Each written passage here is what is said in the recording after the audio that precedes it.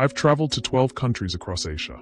I've seen the stunning beaches of Thailand, the incredible food streets of Malaysia, the modern skyscrapers of Singapore, and the ancient temples of Cambodia. I thought I had seen it all. But then I landed in South Korea, and on my very first day, something happened at a convenience store that made me realize this country is completely different from anywhere else I've been. What I'm about to tell you will change how you see South Korea forever. Let me be honest with you. Before going to South Korea, I was that person who thought, Asia is Asia, right? How different can it be? I mean, I'd already been to so many Asian countries. I knew about the respect culture. I knew about taking off shoes. I knew about chopsticks and rice. I felt like an Asia expert. But the moment I stepped out of Incheon Airport in Seoul, I knew something was different. The air felt different. The energy felt different. And I was about to discover just how wrong my assumptions were. Hey, before I continue this crazy story, if you love travel content that shows you the real side of countries, hit that subscribe button right now. This is a brand new channel and your support means everything. Like this video and share it with your travel-loving friends. Trust me, you'll want to follow along for what comes next. Now, let me tell you what happened. My first shop came within 30 minutes of landing. I went to a convenience store, just a regular 7-Eleven, to buy water. In Malaysia, Singapore, Thailand, everywhere I'd been, you grab your stuff, pay, and leave. Simple, right? But in Korea, the cashier stood up, bowed to me, scanned my items with both hands, bowed again when giving me change, and said thank you like I had just bought the entire store. For a bottle of water. I walked out confused. Was this just a super polite cashier? Or was this normal? Guys, I soon learned, this is just how Korea operates. The level of respect and service here is insane. I took the subway from the airport to my hotel in Myeongdong. Now, I've taken subways in Singapore, Bangkok, Kuala Lumpur. They're all good. But Seoul's subway? It's like traveling in the future. Everything was spotlessly clean. I'm talking about floors so clean you could eat off them. There were screens everywhere showing you exactly when the next train arrives, down to the second. But here's the wildest part. It was rush hour, the train was packed with people, and it was completely silent. No one was talking on their phones. No loud conversations. Everyone was just quietly standing or sitting. In Malaysia or Thailand, the trains are full of life and chatter. But in Korea, it felt like everyone had an unspoken agreement to respect each other's space and peace. I'd never experienced anything like it. When I got to my hotel and checked in, the staff gave me a small welcome gift, Korean face masks and snacks. Free gifts just for checking in. They also gave me a phone number to call 24/7 if I needed ANY help with anything in Seoul, not just hotel stuff. The receptionist said, "We want your time in Korea to be perfect." In other countries, hotels are nice, sure. But this felt personal, like they genuinely cared about me as an individual, not just another tourist. This was only day one, and South Korea was already treating me better than countries I'd spent weeks in. That evening, I went out to explore Myeongdong shopping area. Now, I'd been to night markets in Thailand, walked through Orchard Road in Singapore, explored shopping districts across Asia. But Myeongdong was different. Every single store had staff outside bowing and welcoming people in multiple languages. Welcome. Hello. They were so energetic and happy. I walked into a cosmetics store just to look around, and 3 staff members rushed to help me. Not in a pushy way, but genuinely wanting to help me find what I needed. One lady spent 20 minutes teaching me about Korean skincare, giving me free samples, and even drew me a little routine chart. I didn't even buy anything expensive, just one face cream, and she treated me like a VIP. Here's something that shocked me that night.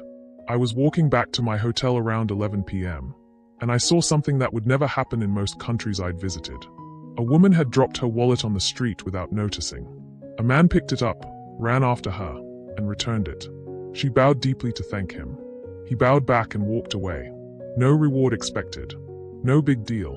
Just honesty. I tested this myself, carefully, the next day. I left my phone on a table at a cafe while I went to the bathroom. When I came back, not only was my phone still there, but someone had moved it to a safer spot away from the edge of the table. In many countries, that phone would be gone in seconds. In Korea, people protected it for me. The next day, I decided to visit a traditional palace, Gyeongbokgung. I'd seen temples in Thailand, mosques in Malaysia, colonial buildings in Singapore. But walking through this Korean palace was like stepping into a history book. The architecture was so different from anything else in Asia. The curved roofs, the bright colors, the perfect symmetry. What really got me was watching the changing of the guard ceremony. The guards wore traditional Joseon dynasty uniforms and moved with such precision and pride. A Korean grandmother standing next to me noticed I was taking photos and, without me asking, started explaining everything in broken English. She told me about Korean history, about the Japanese occupation, about how Korea fought to preserve its culture. She had tears in her eyes talking about her country. That's when I realized Koreans are deeply, deeply proud of their heritage in a way I hadn't seen elsewhere. After the palace, I was hungry and randomly walked into a small restaurant. No English menu, no pictures, just Korean words I couldn't read. I was about to leave when an old man, the owner, saw my confused face. He smiled, sat me down, and just brought me food. He didn't speak English, I don't speak Korean, but somehow we communicated through hand gestures and smiles. He brought out dish after dish, soup, rice, kimchi, grilled meat, vegetables. I tried to ask how much, but he just kept bringing more food. When I finally finished and asked for the bill, you won't believe this, it was only 8,000 won. That's about $6 for all that food and hospitality. In Singapore, that would have cost me $30 easy. I tried to tip him, but he refused and actually looked offended. Later, I learned that tipping is not a thing in Korea. Good service is just expected and given freely. That afternoon, I got lost trying to find a specific cafe I'd seen online. I was standing on a street corner looking confused at my phone when a young Korean student approached me. "Are you lost? Can I help?" he asked in perfect English. I showed him the cafe name, and instead of just giving me directions, he said, "I'll take you there. It's on my way." Plot twist, it was not on his way. He walked with me for 15 minutes in the opposite direction of where he was going, made sure I found the cafe, refused my offer to buy him coffee, and just said, "Enjoy Korea," and left. This happened to me 3 more times during my trip.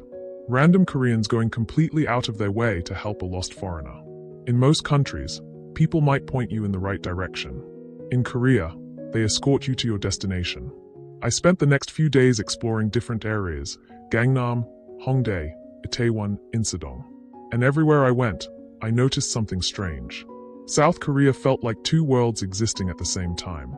On one hand, Seoul is ultra-modern, robots serving food, high-speed everything, technology everywhere, K-pop blasting from stores. But then you turn a corner and find a 100-year-old traditional tea house where an old woman serves tea in a ceremony that hasn't changed in centuries. You see businessmen in designer suits bowing deeply to street cleaners. You see teenagers with crazy colorful hair respecting elderly people on the subway. Korea managed to race into the future while holding tight to its past. Thailand is traditional, Singapore is modern, but Korea is both at the same time, and somehow it works perfectly. One night, I joined a local walking tour in Bukhanok village. The guide was a young Korean woman who had lived in the US but chose to come back to Korea. I asked her why she came back, and her answer shocked me. "In America, everything is about individual success," she said. "In Korea, everything is about community and family. Yes, we work hard, maybe too hard, but we do it for each other, not just ourselves. That's something special." She then told me that in Korea, it's normal for adult children to live with parents, for families to meet every weekend, for neighbors to share food. "We're not perfect," she said, "but we look after each other." Coming from Malaysia, I understood family values, but Korea takes it to another level. Here's something that really touched my heart. On my last day, I went to a traditional market, Gwangjang Market. It was crowded, loud, full of food stalls and vendors. I stopped at a stall selling bindetiok, mung bean pancakes, and the old lady running it saw that I was a foreigner. She gave me extra side dishes for free and kept saying, "Delicious," while encouraging me to eat. An elderly man at the next table noticed I was eating alone and invited me to sit with him and his friends. They didn't speak English, I didn't speak Korean, but we ate together, laughed together, and they taught me how to properly eat Korean pancakes with makgeolli, rice wine. When I left, they all stood up and waved goodbye like I was their grandson leaving home. I was a complete stranger, and they treated me like family. Walking through Seoul on my final evening, everything suddenly made sense. South Korea shocked me not because it was strange or exotic, but because it was excellent. Excellent service, excellent technology, excellent food, excellent kindness. In Thailand, I felt relaxed. In Singapore, I felt impressed. In Malaysia, I felt comfortable. But in Korea, I felt cared for. Every person I met, from the hotel staff to random strangers on the street, seemed to have a mission to make sure I had a good experience in their country. It wasn't fake or forced. It was genuine pride. They wanted me to love Korea as much as they do. Here's the real shock, though. After traveling through so many Asian countries, I realized that each country has something beautiful to offer. Thailand has its peaceful Buddhism and stunning nature. Malaysia has its diversity and amazing food mix. Singapore has its perfect organization and cleanliness. But South Korea? South Korea has heart. It has this unique combination of ancient respect culture and modern efficiency. It has people who work incredibly hard but still make time to help a lost tourist. It has elders who preserve tradition and young people who create global trends. It's a country that got hurt badly in history but came back stronger. That's what makes it different. That's what shocked me. So here's my honest conclusion after traveling across Asia.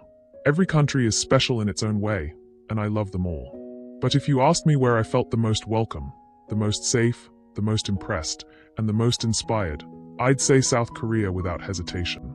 This country changed my perspective on what's possible when a nation combines respect, hard work, innovation, and genuine care for others. Malaysia and Singapore will always have a place in my heart, but South Korea? South Korea earned a permanent room in my soul. If you haven't been yet, book that ticket. And when you go, don't just visit the tourist spots. Talk to the people. Accept their kindness. Learn their stories. That's where the real shock happens. If this video opened your eyes to the real South Korea like it did for me, please subscribe to this channel. I'll be bringing you more honest travel stories that show you the truth about countries, not just the Instagram version. Hit that like button and drop a comment telling me which country shocked you the most. And share this with anyone who's planning to travel to Asia. Trust me, they need to see this. I'll catch you in the next video where I'll be exploring more hidden sides of South Korea.